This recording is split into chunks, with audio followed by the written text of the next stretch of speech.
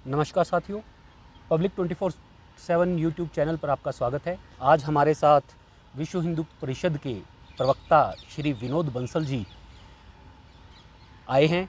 विनोद जी, आपका स्वागत है हमारे चैनल पर। श्री राम निधि समर्पण एक योजना जो चलाई जा रही है, उसको लेकर कुछ प्रश्न जनता के मन में है, हमारे दर्शकों के मन में है। उनसे जुड़े हुए हम कुछ सवाल आपसे करना चाहते हैं। और क्या तरीका अपनाया गया है, कौन लोग हैं जिनको तय किया गया है कि वो समर्पण निधि ले सकते हैं, या कहाँ कहाँ जमा कराया जा सकता है, या किन लोगों के माध्यम से या किन स्थानों पर जमा कराया जा सकता है, ये सब हमारे प्रश्न हैं, हमारे दर्शकों के प्रश्न हैं। उन प्रश्नों को लेकर आज हम आपसे ये वार्ता करने के लिए आए हैं। तो मैं शुरुआत करूँगा कि कैसे ये समर्पण निधि जो राम भक्त समर्पित करना चाहते हैं वो किसके पास जाएं, क्योंकि सभी लोगों तक शायद आपके द्वारा तय किए गए लोग पहुंच नहीं पा रहे हैं। मुझे लगता है मैं आपके सारे प्रश्नों का जवाब एक साथ दे देता हूँ। भगवान श्री राम की जन्मभूमि पर बनने वाले भव्य मंदिर के निर्माण के लिए, जो कि माननीय सर्वोच्च न्यायालय के निर्णय के बाद प्रारंभ हुआ, सौभाग्य से आपके सभी दर्शकों को बधाई देता हूँ कि अभी जो मंदिर का निर्माण कार्य प्रारंभ हो गया है। और साथ ही साथ हम सब लोग जो सदियों से प्रतीक्षारत थे और दशकों से हमने कानूनी लड़ाई लड़ी, और जहाँ पर हमने असंख्य लोगों का बलिदान देखा, और 1528 से लेकर के आज तक 493 वर्ष हो गए, उसमें जो लाखों साधु संत बलिदान हुए, जो धर्म धुरंधर लोग बलिदान हुए, असंख्य लोगों का संघर्ष था, उसका एक परिमार्जन करते हुए हमने अब जो है एक भव्य मंदिर के निर्माण का मार्ग प्रशस्त होते देखा है। हम सब लोग भाग्यशाली हैं आपके सभी सुधी दर्शक, जो कि आज वो स्वर्णिम क्षण जिसकी कल्पना करके लोग चले गए, वो आज हम देखने वाले हैं। तो पूज्य संतों ने तय किया कि देखिए, ये जो राम जी का मंदिर जो बन रहा है वो एक और मंदिर नहीं है, नहीं एक और राम मंदिर है। राम के मंदिर बहुत हैं देश के अंदर, ठीक है जी, लेकिन हाँ, ये जन्मभूमि का एकमात्र मंदिर है।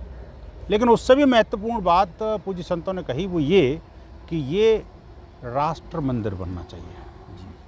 अब राष्ट्र मंदिर कैसे बनेगा, कहने से तो नहीं बनेगा जी। बिल्कुल। तो उसके लिए कोई योजना बनाई उन्होंने। भाई, राष्ट्र मंदिर का मतलब है कि राष्ट्र का प्रत्येक व्यक्ति उसके साथ जुड़े, तन मन धन से जुड़े, समर्पण भाव से जुड़े। और इसीलिए पूज्य संतों ने कहा कि हम ये जो अभियान लेंगे, उस अभियान में देखिए संघर्ष की बेला समाप्त हो गई जी। और संघर्ष में जाने क्या क्या हुआ, अब अभियान की बेला है, उत्सव की बेला है। हमने जब निर्णय आया था तब भी पूज्य संतों ने कहा कि नहीं, हमें कोई उत्सव नहीं मनाना, कोई ढोल नगाड़े नहीं बजाने, हमें कोई हर्ष उल्लास व्यक्त नहीं करना।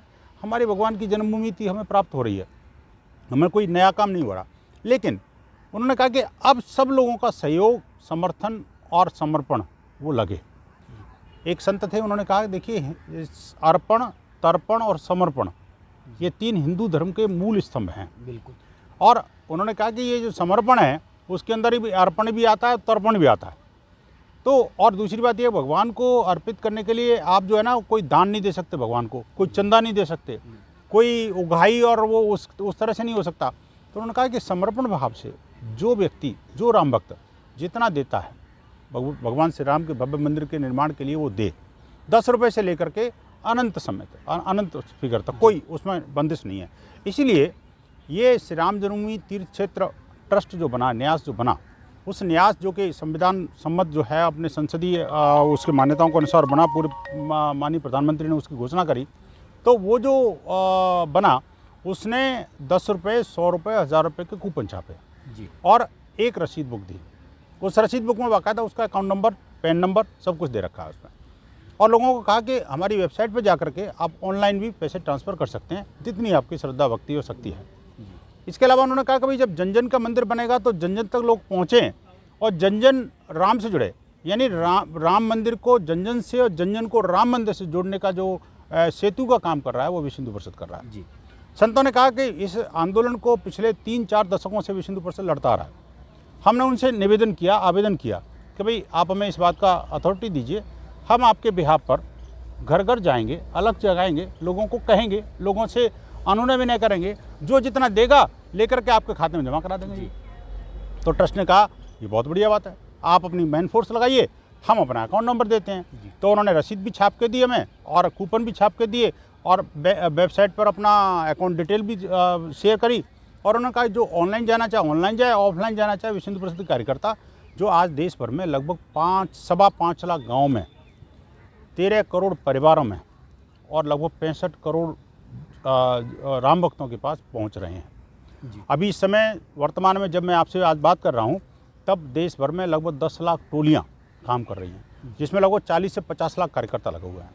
अब इसकी ट्रांसपेरेंसी की बात समझिए। ये तो मैंने आपको बताया व्यापकता कार्यक्रम की, और ये अभियान अभी सिर्फ और सिर्फ भारत में ही शुरू हुआ है, क्योंकि अभी ट्रस्ट के पास जो श्री राम जन्मभूमि तीर्थ क्षेत्र न्यास है, उस न्यास के पास अभी तक FCRA नहीं है, इसलिए हम विदेशी फंडिंग नहीं ले रहे।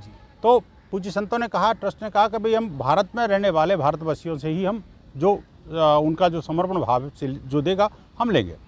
तो अब क्या है कि घर घर जा करके जो टोलियां जा रही हैं, वो टोलियां इतनी ट्रांसपेरेंट हैं, 4-4, 5-5 की संख्या में जा रहे हैं। उसमें कुछ कलेक्टर्स हैं और कुछ डिपॉजिटर हैं। तो डिपॉजिटर इन द सेंस कि एक डिपॉजिटर, हर टोली में एक डिपॉजिटर है, उस डिपॉजिटर को एक कोड दे रखा है। किसने? न्यास ने, न्यास के बैंक ने एक कोड दिया कि इस कोड के माध्यम से आप जो भी पैसा कलेक्ट होगा उसको 48 घंटे के अंदर आपके नियरेस्ट बैंक की ब्रांच में जमा कराना है। कन्वीनियंस के लिए उन्होंने क्या किया कि पहले SBI में अकाउंट था अकेला, अब उन्होंने कहा PNB और बैंक ऑफ बड़ौदा में भी अकाउंट खोल दिया जी। तो तीनों बैंकों की किसी भी ब्रांच में कभी भी कोई व्यक्ति जा करके पैसे जमा करा सकता है, लेकिन उसको पहले से अभियान के प्रारंभ में तय करना पड़ेगा कि मेरे घर के पास में ये अमुक ब्रांच है, मैं उसमें पैसा जमा कराऊंगा, और वो उस ब्रांच का उसको कोड अलॉट हुआ, और उस कोड के बेस पर वो पैसा जमा करा रहा है, चेक जमा करा रहा है, कैश जमा करा रहा है, और जमा कराने के बाद में उसको तुरंत एक ऐप में उसको एंटर कर रहा है। इंटरनेशनल लेवल पर बड़ा ज़बरदस्त एक ऐप बना है जी। उस ऐप के अंदर जैसे ही वो रसीद बुक छपती है उसकी एंट्री होती है, फिर वो रसीद बुक कौन से प्रांत में गई उसकी एंट्री होती है, प्रांत से किस जिले में गई उसकी एंट्री होती है जी, जिले से किस प्रखंड में गई उस प्रखंड में एंट्री होती है, उस प्रखंड के किस टोली को गई उसकी एंट्री होती है, टोली के प्रमुख का नाम, नंबर और ईमेल आईडी क्या है वो एंट्री होती है उसमें। और उसके बाद में ऐसे ही टोली, और वो टोली जो है अपने कलेक्टर को देता है, जो मतलब बेसिकली जो 5 लोगों का एक टोली प्रमुख है, जिसको हम डिपॉजिटर बोलते हैं या इसको निधि प्रमुख बोलते हैं। वो निधि प्रमुख की प्राइमरी रिस्पॉन्सिबिलिटी है कि जितनी मेरे पास रसीद बुक आई, जितने कूपन आए, उन कूपन का प्रतिदिन हिसाब उस ऐप के माध्यम से डालना उसको, और वहीं जहाँ पर है वहीं डालेगा वो, कोई उसको जाने की जरूरत नहीं है। उसके भी कन्वीनियंस की बड़ी अच्छी सुविधा उन्होंने की। अपने घर में बैठ के आप करिए, जितना पैसा संकलित होता है शाम को जमा करिए, और बैंक वो उस ऐप को बैंक से कनेक्ट कर रखा जी। आप देखिए कितना आज के आधुनिक युग का उन्होंने सर्वाधिक प्रयोग किया। उन्होंने क्या किया, टेक्नोलॉजी का ये जो चेक जैसे बैंक में जमा होता है, बैंक जैसी चेक क्लियर करता है, उसका अपडेशन उसको ऐप में मिल जाता है जी। तो डिपॉजिटर को, निधि प्रमुख को ये पता लग जाता है कि मैंने जितने चेक जमा कराए थे उसमें से कितना पैसा ट्रस्ट के खाते में चला गया, कितना रह गया, क्यों रह गया, कोई चेक बाउंस हुआ, कुछ गड़बड़ हुई तो क्यों हुई। और प्रतिदिन भाई साहब चार्टर्ड अकाउंटेंट्स की टोली लगी हुई है, बिल्कुल, और वो सारी इस खाते को जांच कर रही है रेगुलर, और फाइनली जब हिसाब सबमिट होगा तो वो बाकायदा ऑडिट रिपोर्ट के साथ में ट्रस्ट को सबमिट होगा। ये है इसकी कार्यक्रम की पूरी व्यापकता और पारदर्शिता। विनोद जी, बड़ा ही आपने अच्छे तरीके से बताया कि क्या पारदर्शिता आपने रखी है, किस हिसाब से कार्य को किया जा रहा है, कहाँ कहाँ किस व्यक्ति से संपर्क किया जा सकता है या कौन व्यक्ति अवेलेबल है, और कोई व्यक्तिगत तौर पे करना चाहे तो बैंक में जाकर नहीं स्वयं भी कर सकता है। नहीं, देखिए बैंक में जाने के लिए उसको कोड चाहिएगा। हाँ, बैंक में जाने की आवश्यकता नहीं है। आप घर में बैठ करके, यहाँ बैठे बैठे पार्क में बैठ करके भी आप अपने मोबाइल खोलिए, अपने इंटरनेट से ट्रांसफर कर दीजिए, कर सकते हैं। ऑनलाइन बैंकिंग के थ्रू भी आप ट्रांसफर कर सकते हैं। बिल्कुल, ऑनलाइन बैंकिंग थ्रू ट्रांसफर। बिल्कुल, मैं यही सब जानना चाह रहा था, और यही हमारे दर्शकों की भी जानकारी के लिए जरूरी था कि राम भक्त जो विश्व हिंदू परिषद के कार्यकर्ताओं से कनेक्टेड नहीं हो पाता, लेकिन वो भी समर्पण निधि देना ही चाहता है, क्योंकि भक्ति तो उसके भी मन में है। तो उसको किन लोगों से मिलना है अपने स्थान पे, इस पे लेकर कोई प्रक्रिया तय की गई कि भाई आप इन लोगों से, अगर यहाँ के रहने वाले हैं, ऐसा कोई भी ऐप डिज़ाइन किया गया है? देखिए, ऐसा है कि इसके लिए पूरे भारतवर्ष में जो अपना श्री राम मंदिर निधि समर्पण अभियान, इस अभियान के केंद्रीय कार्यालय हैं, प्रांतीय कार्यालय हैं, जिला कार्यालय हैं, प्रखंड कार्यालय हैं, हर जगह कार्यालय बने हुए हैं जी। उन कार्यालय में कार्यकर्ता डेडिकेटेड बैठते हैं। ये जो कार्यकर्ता जो फील्ड में जा रहे हैं वो भी डेडिकेटेड कार्यकर्ता हैं, बिल्कुल वो समर्पण भाव से जा रहे हैं, अपना पैसा खर्च करके जा रहे हैं, अपना समय लगा के जा रहे हैं, उनको कोई वेतन नहीं है, कोई अवैतनिक सब लोग हैं। और जिसको भी कोई डाउट है तो उसको भी उसका निराकरण वहाँ कर सकता है। अगर खुद जाके करना चाहे तो भी कर सकता है। इंटरनेट पे सारे नंबर्स अवेलेबल हैं। हमारी वेबसाइट पे विश्व हिंदू परिषद की जो वेबसाइट है vhp.org, उस पर जाकर के भी आप संपर्क कर सकते हैं और हम सब लोग सभी अवेलेबल रहते हैं। तो मेरे पास देश भर से फ़ोन आ रहे हैं। अब देखिए जहाँ से अभियान शुरू हुआ, दिल्ली में भी जैसे अभियान अभी 1 तारीख से शुरू हुआ, कुछ राज्यों में क्या हुआ कि ये अभियान 15 तारीख से न शुरू होकर के बाद में शुरू हुआ। तो आप देखिए कि ये जो 44 दिन का अभियान है 15 जनवरी से प्रारंभ हुआ, 27 फरवरी तक चलेगा, यानी मकर संक्रांति से लेकर के माघ पूर्णिमा तक। तो ये जो 44 दिन के अभियान में 65 करोड़ देशवासियों यानी आधी जनसंख्या को कवर करना है हमें, ये लक्ष्य लेके चले हम। तो इसके बड़े अच्छे रेस्पॉन्सेज आ रहे हैं। अभी दिल्ली के अंदर भी मैं सुबह जब निकला, मंदिर जा रहा था, तो रास्ते में मेरे जो दूध वाले पड़ते हैं, उन्होंने कहा भाई साहब बंसल जी वो आपकी टोली नहीं आई यार। मैंने भाई साहब धीरज रखो, आपकी टोली पहुंचने वाली होगी, छोड़ेगी नहीं आपको। क्योंकि देखिए ये वास्तव में लोगों के अंदर बड़ी उत्कंठा है कि उनके घर में आकर के, और देखिए लोग भाव विभोर हो रहे हैं जी। एक माता जी थी मालवा प्रांत मालवा की, और उनके पास जब गए तो भाई साहब वो मतलब करीब 80-90 वर्ष की होंगी, और वो ये सुन करके कि राम मंदिर के लिए आए हैं लोग पैसा लेने के लिए, भाव विभोर हो गई। उन्होंने कहा अरे मेरे राम भक्त आ गए, मेरे राम आ गए, राम आ गए। उन्होंने बाकायदा चरण वंदन किया और उन्होंने कहा कि भाई ये मेरे तो अहोभाग्य हैं कि आप स्वयं आकर के मेरे से पैसे लेके जा रहे हो। ये आपने एक पहलू बताया, लेकिन मैं कुछ चीज़ें आई हैं सुनने में, जानकारियां हैं कि कुछ जगह नकली पर्चियां छपवा कर कुछ लोगों ने दान लेने का प्रयास किया और उनके खिलाफ FIR भी हुई। तो जब विश्व हिंदू परिषद को ट्रस्ट ने तय कर दिया है कि वही लोग इस समर्पण निधि को ग्रहण कर सकते हैं या आगे ट्रांसफ़र करने का माध्यम बन सकते हैं, तो ये जो FIR है इसके लिए कोई नोटिफिकेशन जारी हुई है, या कोई भी व्यक्ति अगर उसे लगता है कि मुझे ये आदमी गलत तरीके से ले रहा है वो FIR करा सकता है? देखिए 2 चीज़ें इसमें, एक तो श्री राम जन्मभूमि तीर्थ क्षेत्र इस नाम से रसीद है। हाँ। जो व्यक्ति जो समर्पण कर रहा है उसको ध्यान रहे कि बिना रसीद के, बिना कूपन के किसी को 1 नया पैसा न दे, एक बात। और वो कूपन और रसीद के ऊपर श्री राम जन्मभूमि तीर्थ क्षेत्र ये हिंदी में लिखा हुआ है, बिल्कुल, और उसके साथ वो तीर्थ क्षेत्र का लोगो भी लगा हुआ है उसमें, तो उस लोगों की जांच कर ले।